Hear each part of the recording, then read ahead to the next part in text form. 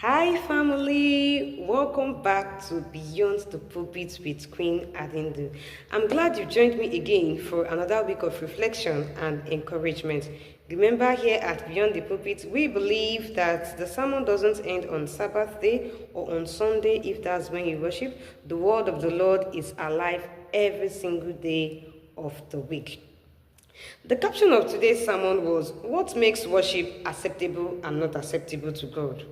And the scriptural text was from the book of Matthew chapter 15 verses 8 and 9. There Jesus says, "These people worship me with their lips, but their heart is far from me."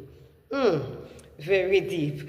From that message, I was able to pick out three key things that show what makes worship acceptable to God. One, a heart that is genuine. Acceptable worship starts with the heart. You see, the Lord looks beyond our words and our song to see the motive behind them. It goes beyond how we do the David dance in church, how we sing with our angelic voices, to the sincerity of the heart. Remember, true worship is not defined by what we think is appropriate. True worship is defined by God's own standard of worship.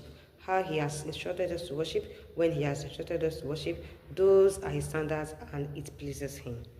Two, obedience over ritual. Worship goes beyond what happens in church.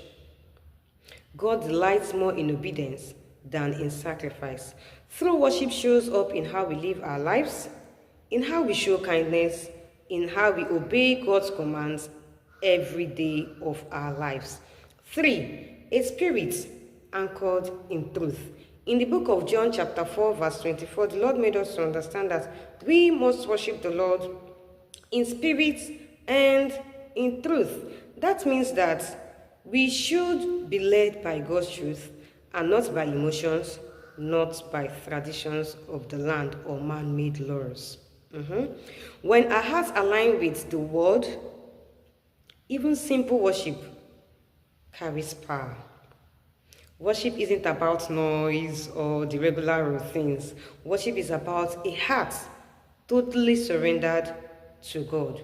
When truth guides our hearts, every day of our lives becomes worship beyond the pulpit.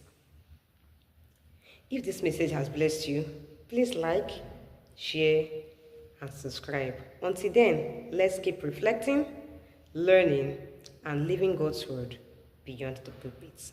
God bless you.